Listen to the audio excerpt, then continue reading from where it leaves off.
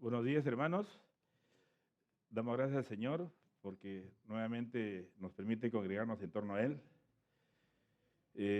Este mes he sido bendecido porque me tocó la primera prédica de julio y ahora estamos cerrando con la última del séptimo mes del año. Verdad que es un privilegio inmerecido. Le doy gracias al Señor porque me ha usado hoy día como la vasija para compartir su santa palabra. Y es un mes especial, unos días especiales. Hace unos días atrás estamos de fiesta prácticamente porque nuestro país, nuestro rico Perú está de aniversario, ¿no? Sus 201 años.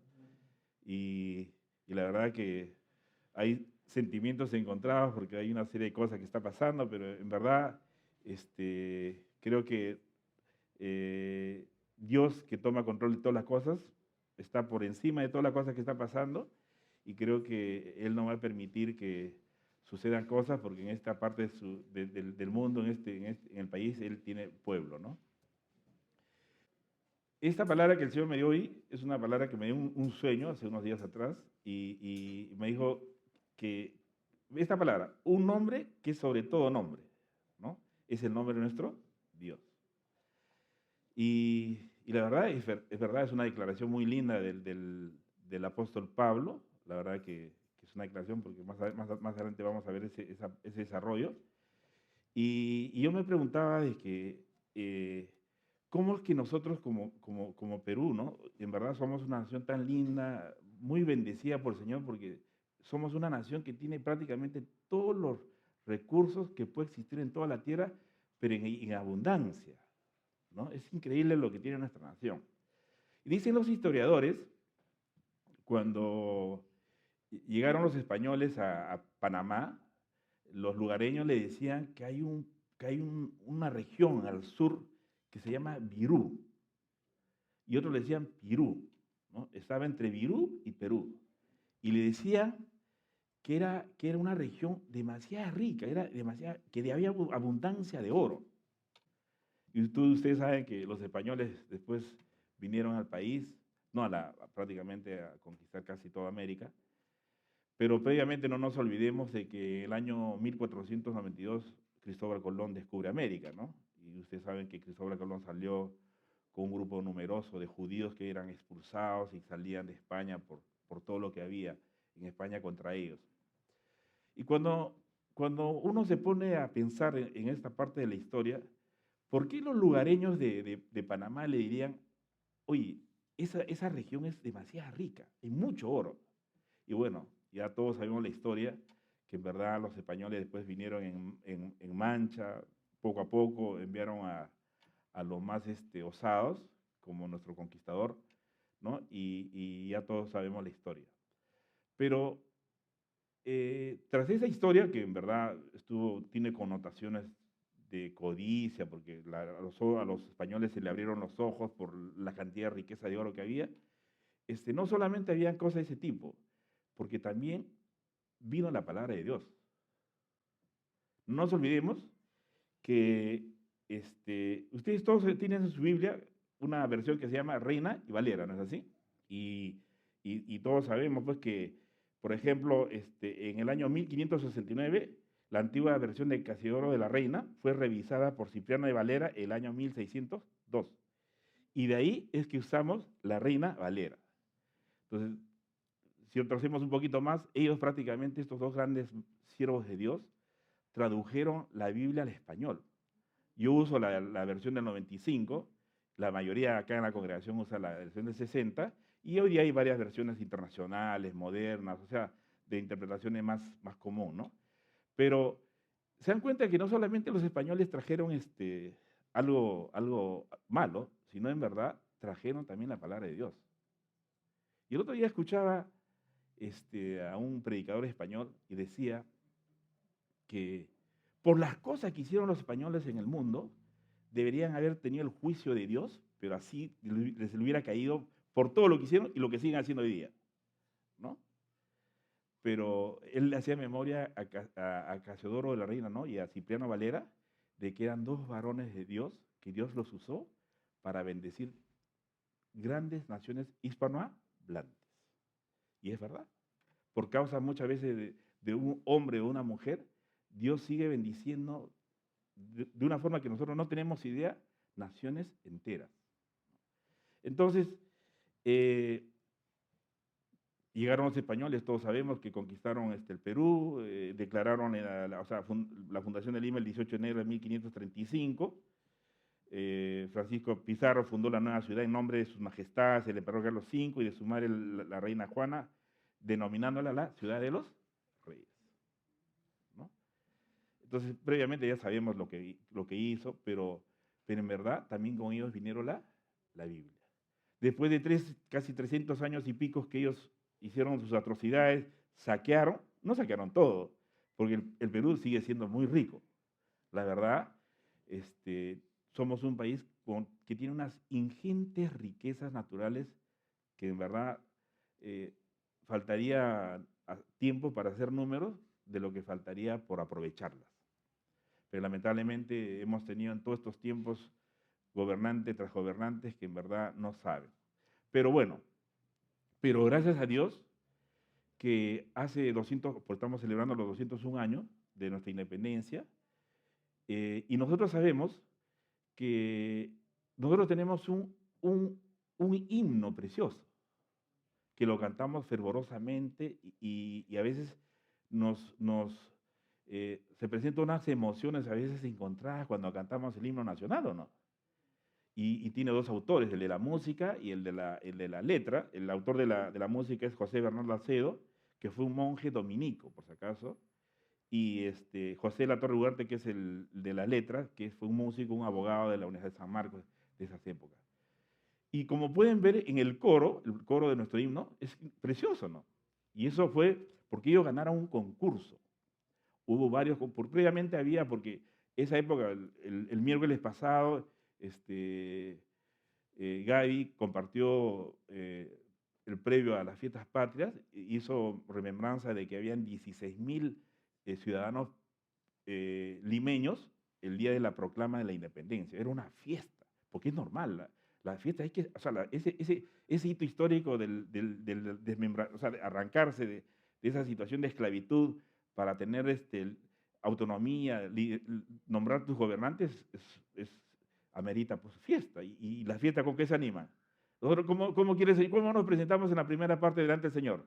Con alabanza, con alegría, porque las alabanzas eso es lo que nos debe animar, porque dicen, en medio de la alabanza está la presencia de Dios.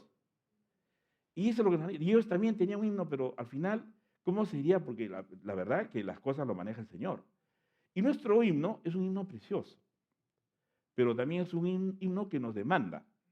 Si analizamos, que el coro nos demanda y la sexta estrofa nos recontrademanda. Vamos a leer brevemente. Al final vamos a cantar el himno. Así que Gaby dice, somos libres, seámoslo siempre, y antes niegue sus luces el sol. Dice, que faltemos, mira, subraye, que faltemos al voto solemne que la patria al eterno elevó.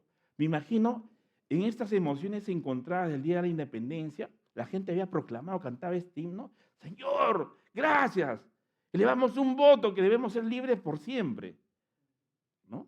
Porque es un voto, estaban haciendo un voto. Y mira lo que dice la sexta estrofa. En su cima los Andes sostengan la bandera o pendón bicolor, que a los siglos anuncie el esfuerzo que ser libres por siempre nos dio. A su sombra vivamos tranquilos y al nacer por sus cumbres el sol. Dice, ¿qué dice? Renovemos el gran juramento que rendimos al Dios Jacob. O sea, ¿se dan cuenta de lo que trajeron los españoles? O sea, trajeron todas sus cosas, pero nos dejaron la herencia más grande, nos dejaron su palabra, el Evangelio llegó a Perú en esas épocas. Entonces, como podemos ver, el hecho de invocar el nombre de Dios y es una gran bendición. Por eso esta porción se llama un nombre que es sobre todo nombre. ¿Cuándo empezamos nosotros a invocar el nombre de nuestro Dios? Y Dios trajo bendición. ¿Quién puede decir que el Perú no es un país bendecido? Dios tiene un pueblo precioso en esta nación, en nuestro querido Perú. Porque no solamente, ya ahora hemos visto por la historia cómo es que los españoles llegaron, porque los lugareños de Panamá le dijeron, no tienes idea lo que hay allá, no tienes idea lo que es Perú. Yo, o sea, por parte mía, una tía que estaba casada con un tío, una chilena, decía, Perú era sinónimo de abundancia, de riqueza. Bien, ahora, vamos ya a la palabra. El Salmo 33:12, que es un salmo que todos lo conocemos, ¿qué dice? Dice, bienaventurada la nación cuyo Dios es Jehová, el pueblo que él escogió como heredad para él. Eso somos nosotros hoy día. Somos una nación bendecida por causa de que nosotros formamos parte del pueblo de Dios. Hay otra porción en el Salmo 144:15, dice, bienaventurado el pueblo que tiene esto, bienaventurado el pueblo cuyo Dios es Jehová. Y el Salmo 22, los versículos del 27 al 31 dice que es hermoso, dice, se acordarán y se volverán a Jehová todos los confines de la tierra. Y todas las familias de las naciones adorarán delante de ti, porque de Jehová es el reino, y él regirá las naciones. Comerán y adorarán todos los poderosos de la tierra. Se postrarán delante de él todos los que descienden al polvo, aun el que no puede conservar la vida a su propia alma. La posteridad le servirá. Esto será contado de Jehová hasta la postrera generación. Vendrán y anunciarán su justicia. A pueblo no nacido aún, anunciarán que él hizo esto. Amén. Eso somos nosotros hoy día. Por eso que hoy día tenemos un desafío mucho más grande, porque está desde que empezó nuestra época de la independencia con nuestro himno. Hay un voto, hay una cosa que continuamente tenemos que renovar a nuestro Dios. Pero nosotros, ojo, estamos en el lugar prominente porque somos el pueblo de Dios. O sea, el encargo que tenemos de parte de Dios es un encargo, no es un encargo así, o sea, suave, como moverse un pañuelito de seda blanco. No, es un encargo demasiado fuerte.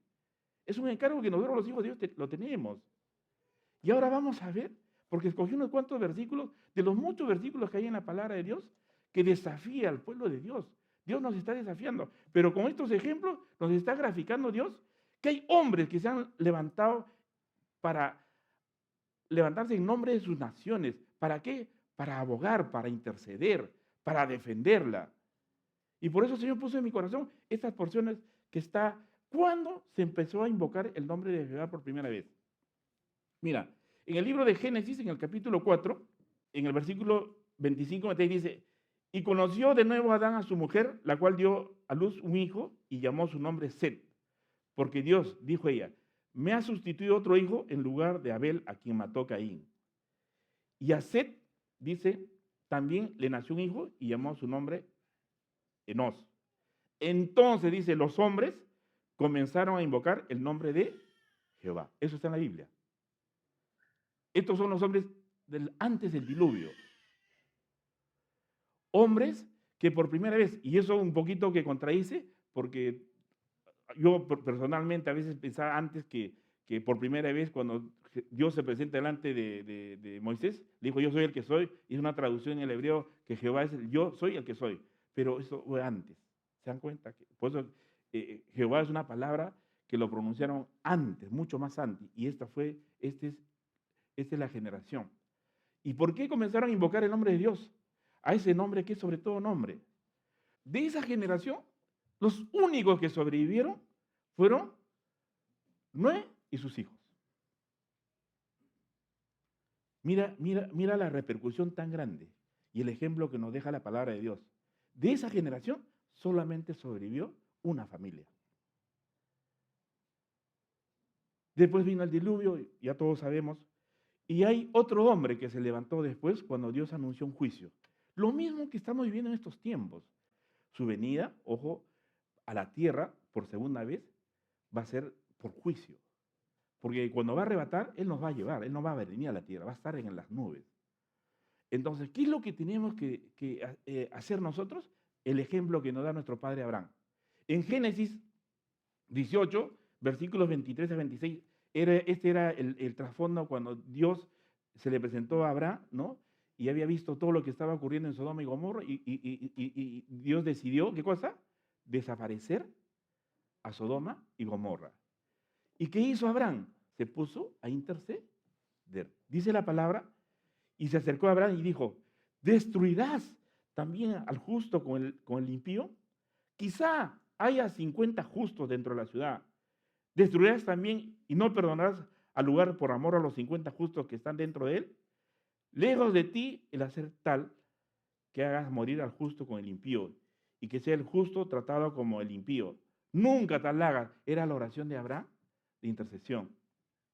Dice, el juez de toda la tierra no ha de hacer lo que es justo.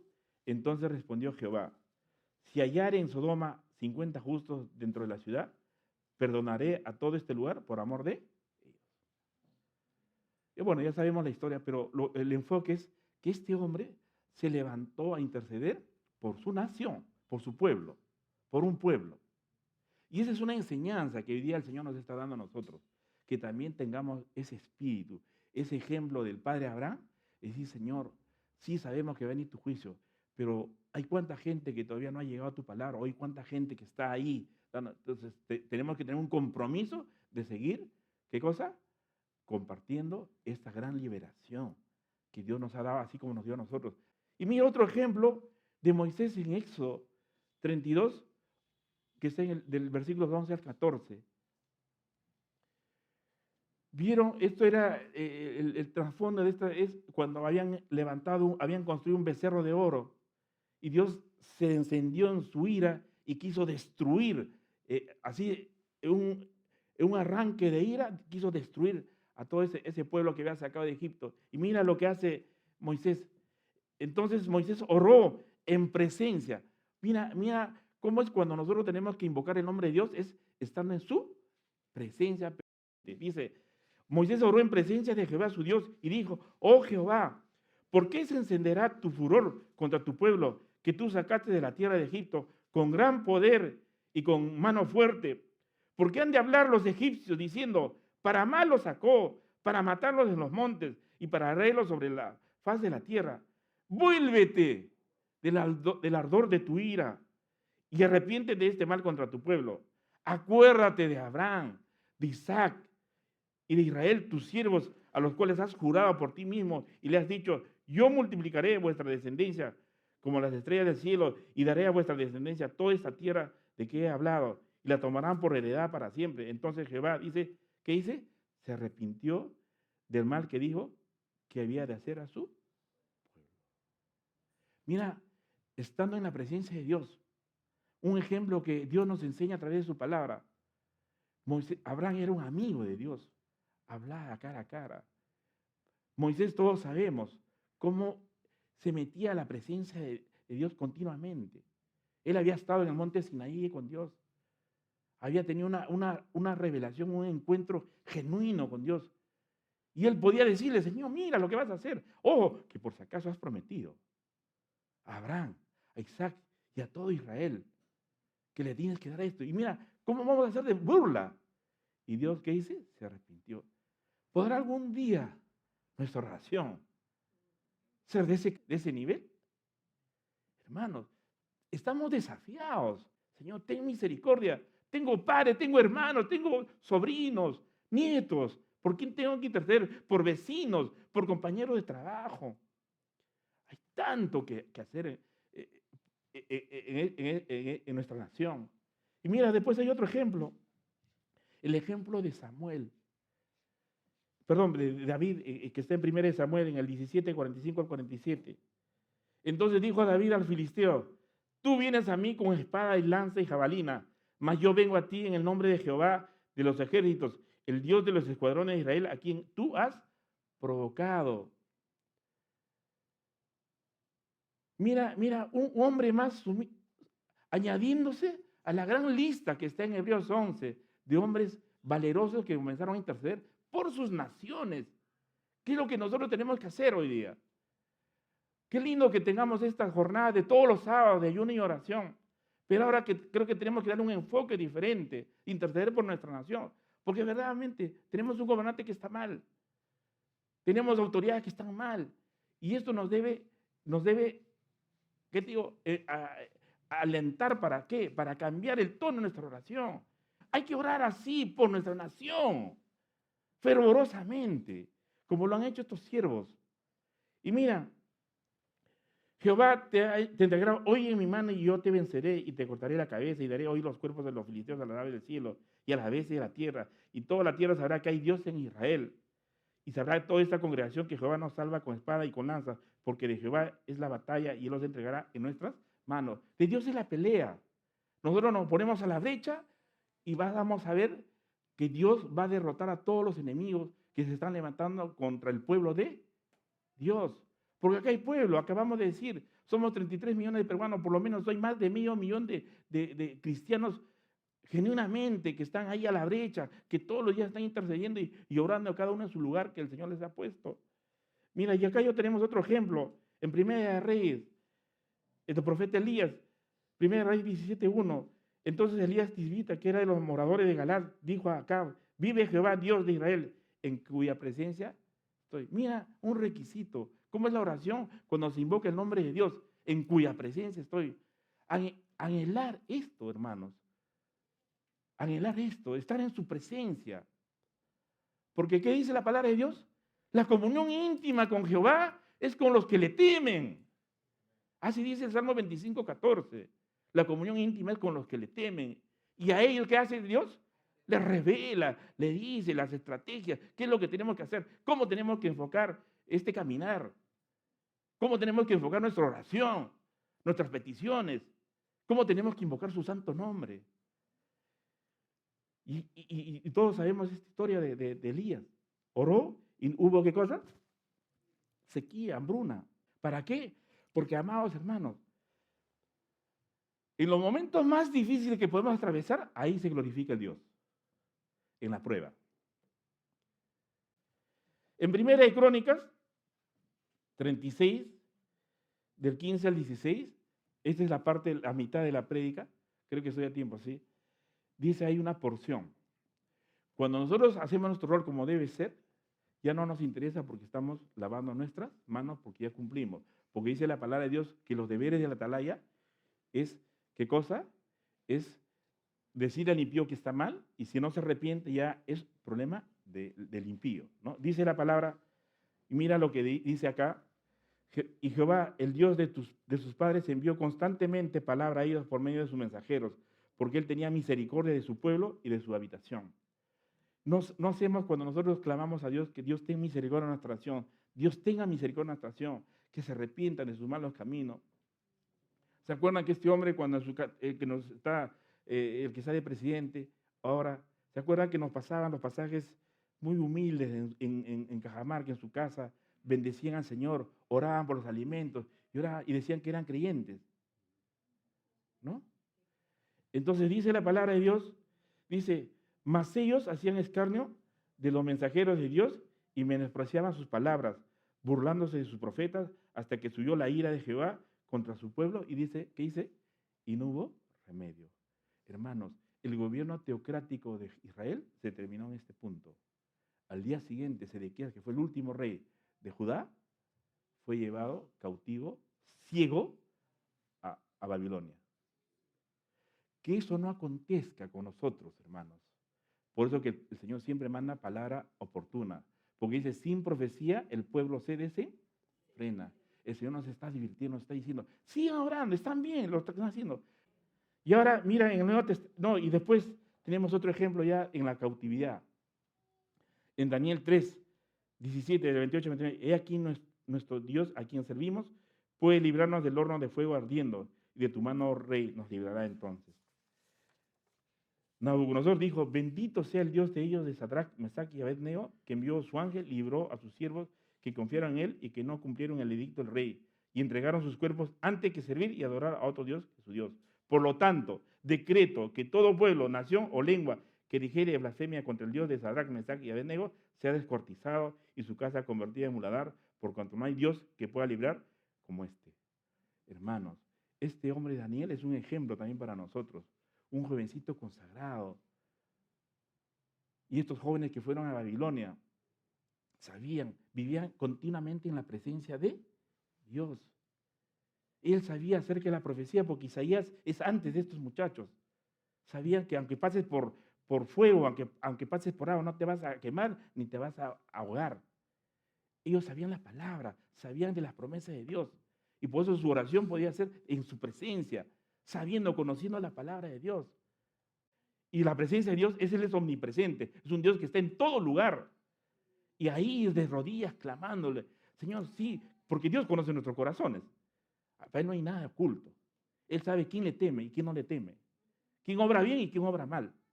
Él es escudriña, Él es el que discierne, ¿no? Y ahí podemos, otro ejemplo, en Daniel 6, 25, 27. Entonces el rey Darío escribió a todos los pueblos, naciones y lenguas que habitan en toda la tierra: paz sea multiplicada de parte mía, es puesta esta ordenanza, que en todo el dominio de mi reino todos teman y tiemblen ante la presencia del Dios de Daniel, porque Él es el Dios viviente y permanece por todos los siglos, y su reino no será jamás destruido, y su dominio perdurará hasta el fin. Él salva y libra y hace señales y maravillas en el cielo y en la tierra.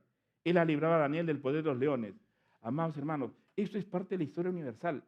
Los buenos estudiantes, a cual nosotros podemos predicar que están en el mundo, saben que esto es parte de la historia universal. El Babilonia, todos saben hoy día que es Irak. Todo el mundo sabe que Darío es el rey de Persia. Antes ellos reconocieron por la historia universal que el Dios de los judíos es el Dios de dioses, el Señor de señores. Eso es parte de la historia universal. Yo cuando les comparto a veces a chicos de la universidad, a esos chicos estudiosos, ellos por la historia universal saben de la historia del horno de fuego, saben por historia el foso de los leones de Daniel. Yo estuve hace unos años en Washington y se me grabó inmediatamente porque por tiempo no entré al Museo de Arte, pero había una pintura preciosa en las puertas del museo donde estaba Daniel con los leones, pero la mirada de Daniel no estaba en los leones y su mirada era como el Salmo 121. Alzaré mis ojos a los montes, de donde viene mi socorro. El que sabe, el que conoce a Dios, sabe a dónde dirigir su mirada y está en su presencia y sabe dirigir su mirada. Entonces, amados hermanos, lindas lecciones que el Señor nos da a través de su palabra y en muchas porciones más. Solamente saqué unas cuantas para recordarnos que hoy día el tono, si nosotros queremos que esta nación se revierta, tenemos que nuevamente volver a estar en la presencia de Dios y clamar por nuestra nación. Y en el Nuevo Testamento, en el Lucas 23, 42, cuando dice, y dijo a Jesús, acuérdate de mí, lo que compartió la hermana Rocío el domingo pasado. Invocó nomás el ladrón que estaba crucificado al lado de Jesús. Acuérdate, Jesús, de mí. ¿Y qué pasó? Y hoy mismo estarás en la... Ese es lo que significa invocar el nombre, que es sobre todo nombre. Y en Hechos 3, capítulo 3, versículo 6 dice, mas Pedro dijo, no tengo plata ni oro, pero lo que tengo te doy en el nombre de Jesucristo de Nazaret, levántate y anda. Hermanos, no tienen idea lo que representa el nombre, pero el nombre de Dios no se puede invocar por invocar. Tenemos como parte, como el tercer mandamiento, es el que dice, no juraremos en vano el nombre nuestro. No se puede levantar. Cuando se hace un voto delante de nuestro Dios, hagamos un voto y no dejemos de cumplirlo, porque el que hace un voto y no lo cumple, no tiene idea de lo que han hecho. No lo toma por ignorancia Dios, porque el que ha hecho un voto sabe por lo que significa esto. Y mira, el versículo de la prédica viene en esta porción que escribió Pablo a la iglesia de Filipos. En el capítulo 2, vamos a leer brevemente, que esta es la porción que hace temblar a todos los ateos, a todos los agnósticos, a todas las sectas religiosas que pueden existir. Mira lo que dice la palabra, en Filipenses 2, de 6 al 11, el cual, siendo en forma de Dios, no estimó el ser igual a Dios como cosa que aferrarse, sino que se despojó a sí mismo, tomando forma de siervo, hecho semejante a los hombres, y estando en la condición de hombre, se humilló a sí mismo, haciéndose obediente hasta la muerte y muerte en cruz, por lo cual Dios también le exaltó hasta lo sumo y le dio un nombre que es sobre todo nombre, para que en el nombre de Jesús se doble toda rodilla de los que están en los cielos y en la tierra y debajo de la tierra, y toda lengua confiese que Jesucristo es el Señor para gloria de Dios Padre. Esta es la... Amén. Amados hermanos, esta es la porción que hace temblar a cualquier ateo, a cualquier agnóstico, a cualquier hombre o mujer de cualquier secta. ¿Por qué? Porque Jesucristo es el camino, la verdad y la vida. En Él están todas las cosas. Por Él estamos acá nosotros ahora. Y a Él tenemos que proclamar su nombre, que es sobre todo nombre. Porque solamente de Él vienen todas las cosas, amados hermanos. Entonces, ¿se dan cuenta? Cuando la gente está en peligro, el ateo está en peligro, está en el avión y hay la turbulencia. O sea, cuando alguna vez se han subido a un A380, un Airbus 380, que es una mole gigantesca de 2 pisos. Yo viajé una vez de Seúl a Los Ángeles. El avión era una marioneta en el aire por la turbulencia. Todo el mundo, oh my God, oh, todo el mundo comienza a clavar. No hay ateo ahí, no hay agnóstico. ¿Por qué? Porque por default estamos, o sea, está en nuestro corazón, porque Él es nuestro creador. ¿Se acuerda? El que hace la computadora, hace su software de arranque. Dios nos creó igualito, por default actuamos. Y todo filósofo, toda doctrina, toda cosa que se va al tacho. ¿Por qué? Porque solamente tú invocas el nombre de Dios y tú puedes ser salvo. Amén. Para terminar, invito a los hermanos de la alabanza.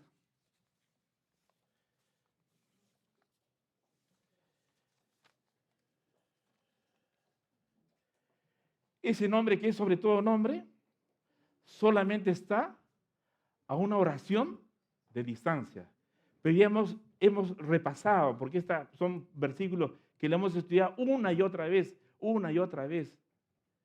que es importante invocar el nombre de Dios estando en su presencia. Él va a escuchar, Él va a tornar las cosas y va a convertirlas, las va a convertir de lo que era una cosa gloriosa, porque el propósito es solamente glorificar su santo nombre. Por eso el Salmo 121, todos saben este Salmo. Alzaré mis ojos a los montes, donde viene mi socorro. Socorro viene de Jehová, del Señor, invocándolo, pero invocándolo, creyéndolo.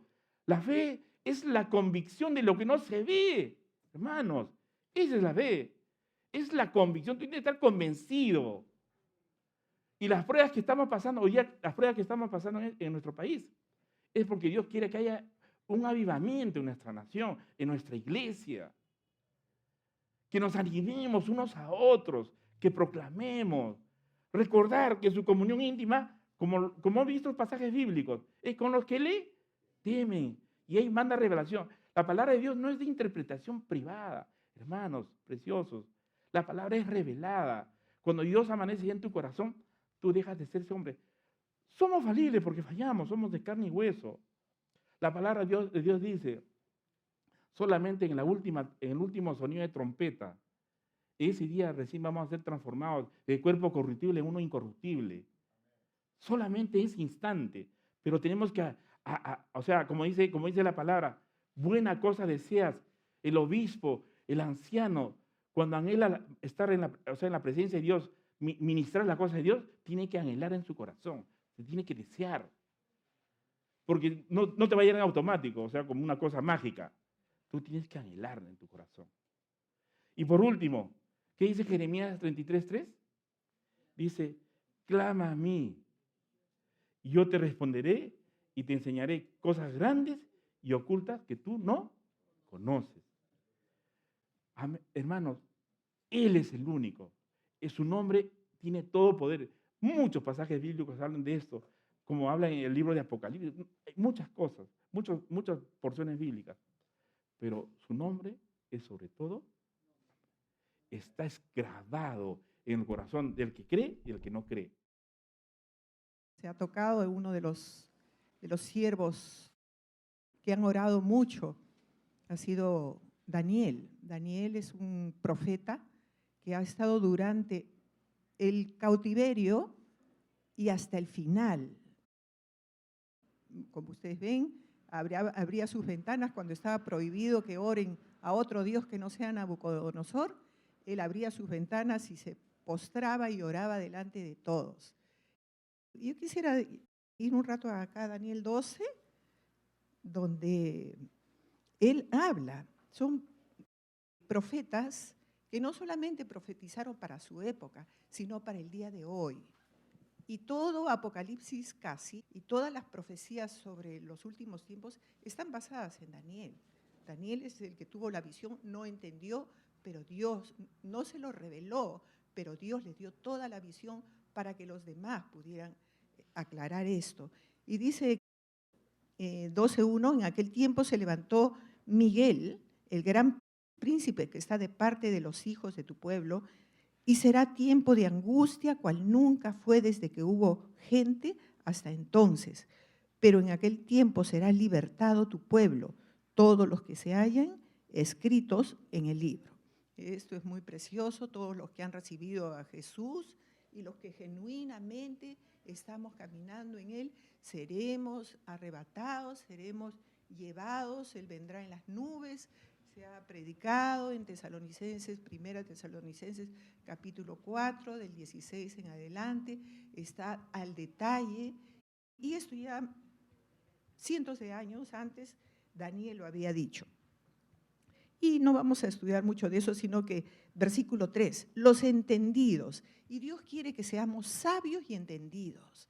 Y los entendidos resplandecerán como el resplandor del firmamento, y los que enseñan la justicia a la multitud como las estrellas a perpetua eternidad.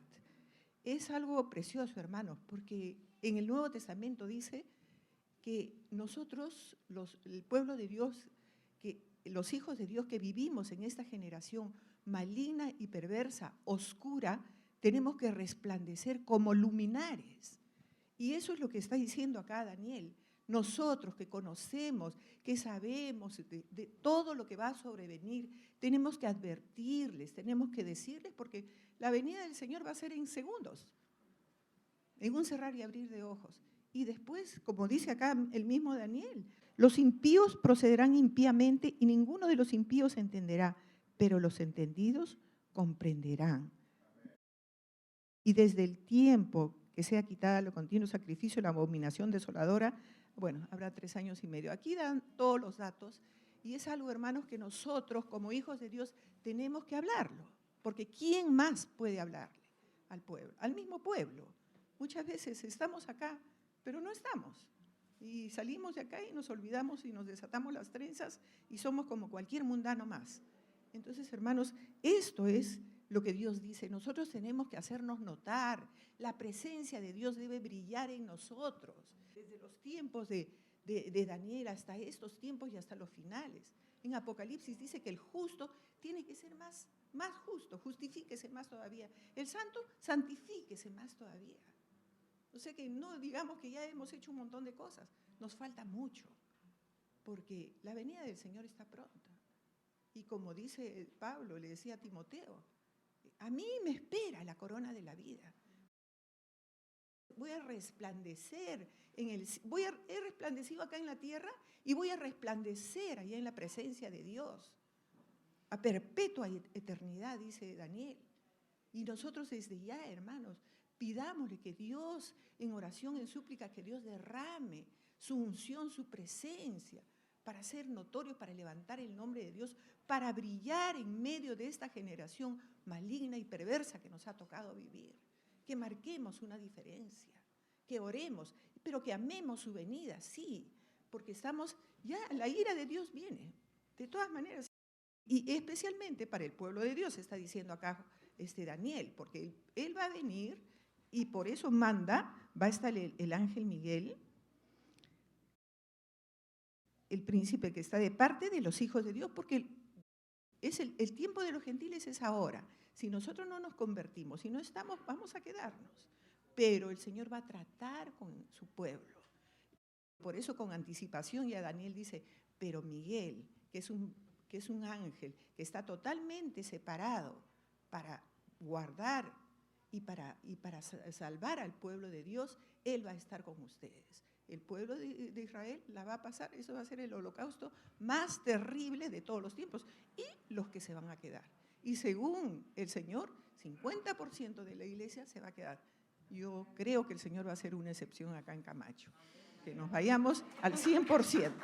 Así que vamos a ponernos de pie, vamos a dar gracias al Señor por su preciosa palabra y vamos a entonar el himno nacional y vamos a renovar nuestros votos de seguir orando por nuestra nación.